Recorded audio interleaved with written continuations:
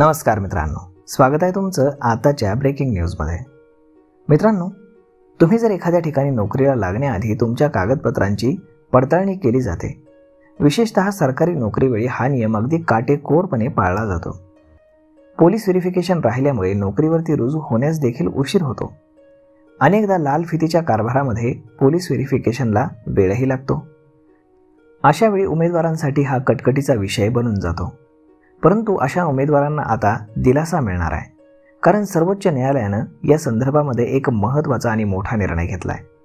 सरकारी नोकऱ्यांमध्ये लागणाऱ्या पोलीस पडताळणी संदर्भात सर्वोच्च न्यायालयानं सर्व राज्य सरकारांच्या पोलीस अधिकाऱ्यांना महत्त्वाचे निर्देश दिलेत। सरकारी नोकऱ्यांसाठी निवडलेल्या उमेदवारांनी सादर केलेल्या विविध कागदपत्रांची तपासणी आणि पडताळणी 6 महिन्यांच्या आत पूर्ण करण्याचे निर्देश देण्यात आलेले आहेत।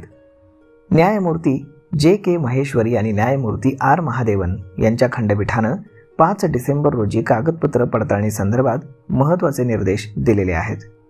नोकरी देताना उमेदवारांच्या पार्श्वभूमीची पडताळणी केल्यानंतरच सरकारी पदावरील नियुक्त्या नियमित केल्या जाव्यात, असं खंडपीठानं आता म्हटलेलं आहे।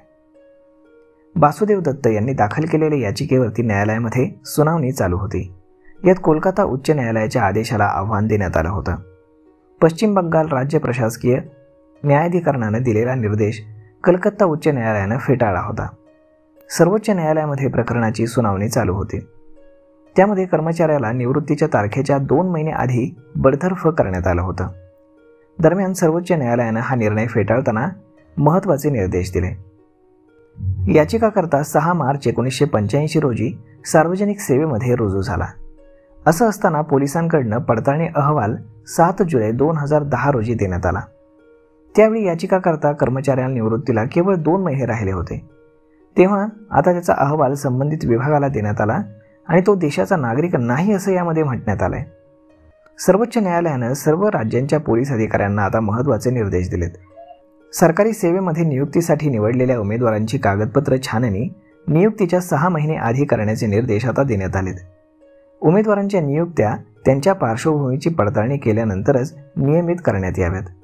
यामुळे पुढील गुंतागुंत टाळता येईल असं खंडपीठानं सांगितलेलं आहे। तर मग मित्रांनो, अशा पद्धतीने आता ही पोलीस व्हेरिफिकेशनची कटकट थांबणार आहे। सुप्रीम कोर्टानं या संदर्भात हा मोठा निर्णय दिलेला आहे। यावरती तुमचं मत काय हे तुम्ही आम्हाला कमेंट करून नक्कीच सांगा।